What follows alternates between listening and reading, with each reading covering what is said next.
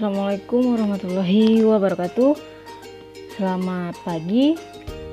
Baiklah, kita akan membahas tentang manajemen ASN dan Smart ASN.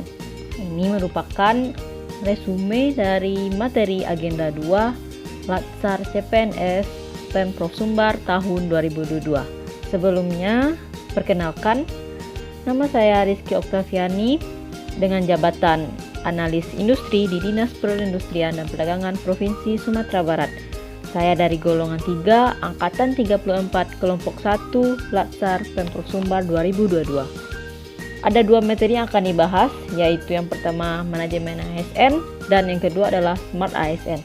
Untuk manajemen ASN ada 7 poin yang akan dibahas, yaitu pengertian manajemen ASN, jenis, status dan kedudukan ASN, fungsi ASN, peran ASN, hak dan kewajiban ASN, kode etik dan perilaku ASN, serta tentang sistem merit. Apa itu manajemen ASN? Manajemen ASN yaitu pengelolaan ASN untuk menghasilkan pegawai ASN yang profesional, memiliki nilai dasar, memiliki etika profesi, bebas dari intervensi politik, dan bersih dari KKN. Selanjutnya jenis, status, dan kedudukan ASN. Jenis ASN ada 2, yaitu PNS dan PPK. Kemudian untuk status PNS adalah pegawai tetap yang memiliki NIP secara nasional dan menduduki jabatan pemerintahan. Sedangkan PPPK adalah statusnya diangkat dengan perjanjian kerja sesuai dengan kebutuhan instansi dan undang-undang. Kemudian untuk melaksanakan tugas pemerintahan.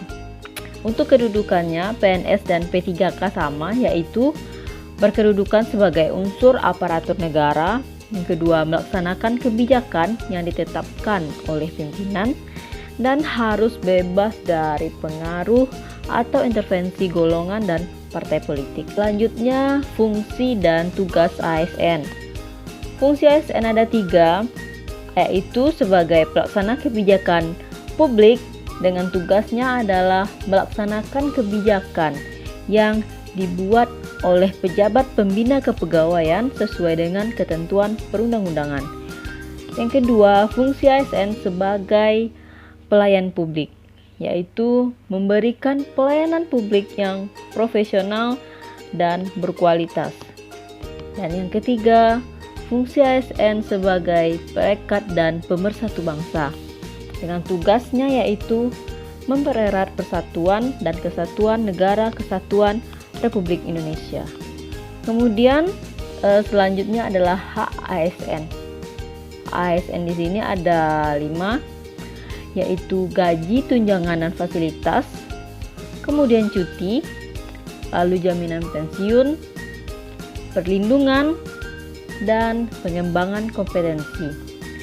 Untuk jaminan pensiun hanya dimiliki oleh PNS, sedangkan P3K itu tidak mempunyai jaminan pensiun.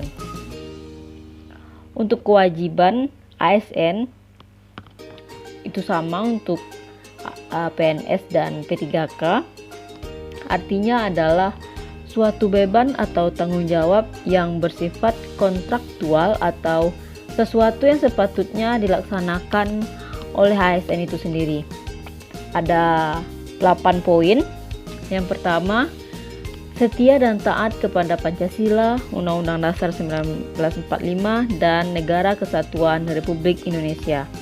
Yang kedua, menjaga persatuan dan kesatuan bangsa. Yang ketiga, melaksanakan kebijakan yang dirumuskan pejabat pemerintah yang berwenang. Kemudian, menaati ketentuan peraturan perundang-undangan, lalu melaksanakan tugas kedinasan dengan penuh pengabdian, kejujuran, kesadaran, dan tanggung jawab. Selanjutnya, menunjukkan integritas dan keteladanan dalam sikap, perilaku, ucapan, dan tindakan kepada setiap orang, baik di dalam maupun di luar kedinasan.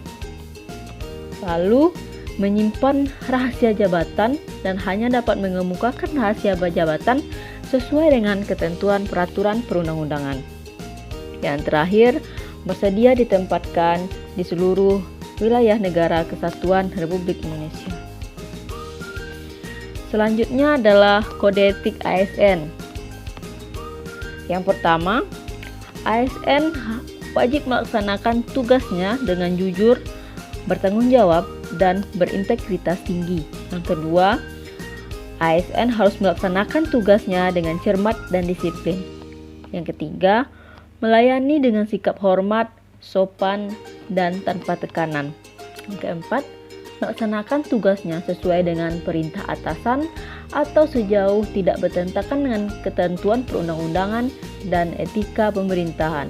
Yang kelima, tidak menjalankan informasi internegara, tugas, status kekuasaan, dan jabatan untuk mendapat dan mencari keuntungan atau manfaat bagi diri sendiri untuk orang lain.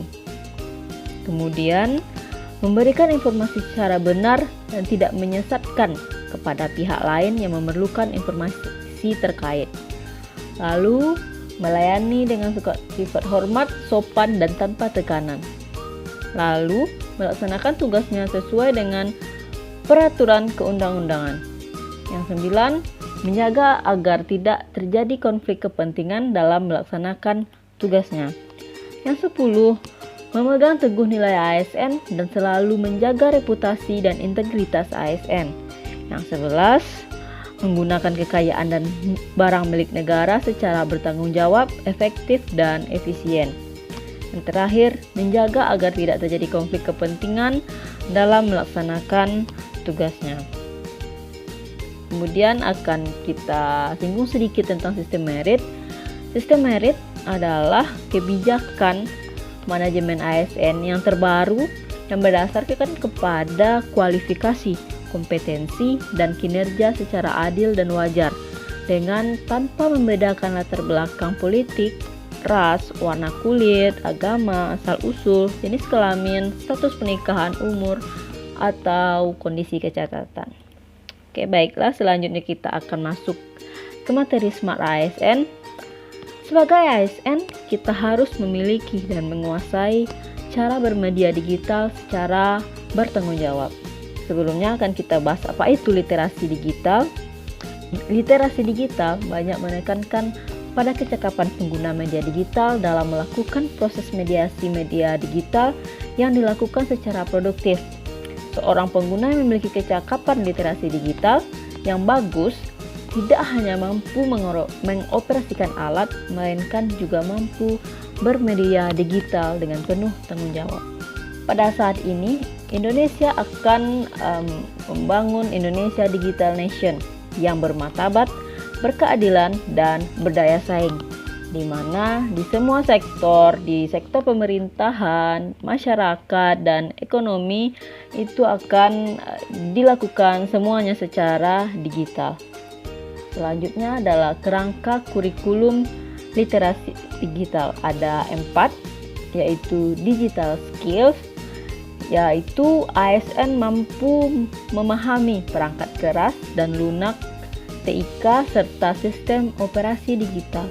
Kemudian digital culture, di mana ASN mampu membangun wawasan kebangsaan dalam berinteraksi di ruang digital. Kemudian digital etik, menyesuaikan diri dan berpikir rasional menggunakan netiquette. Dan terakhir yang keempat, digital safety, mana harus bisa meningkatkan kesadaran dan perlindungan keamanan terhadap data pribadi. Hak digital adalah hak asasi manusia yang menjamin setiap warga negara untuk mengakses, menggunakan, membuat, dan menyebarluaskan media digital. Ada 3, yaitu hak untuk mengakses, lalu hak untuk berekspresi, dan hak untuk merasa aman. Beberapa etika bermedia digital, yaitu yang pertama, jangan pernah membagikan data pribadi di media sosial. Kemudian jangan menyalahgunakan informasi, gunakanlah bahasa yang sopan dan santun, hindari mengomentari secara pribadi, perhatikan huruf yang digunakan saat mengetik, hormati waktu dan bandwidth orang lain, dan hormati privasi orang lain. Beberapa contoh kejahatan digital yaitu data forgery, kemudian cyber terrorism, deface, cracking, dan skimming. Sekian pemaparan dari saya. Apabila ada kesalahan mohon dimaafkan. Terima kasih atas perhatiannya. Assalamualaikum warahmatullahi wabarakatuh.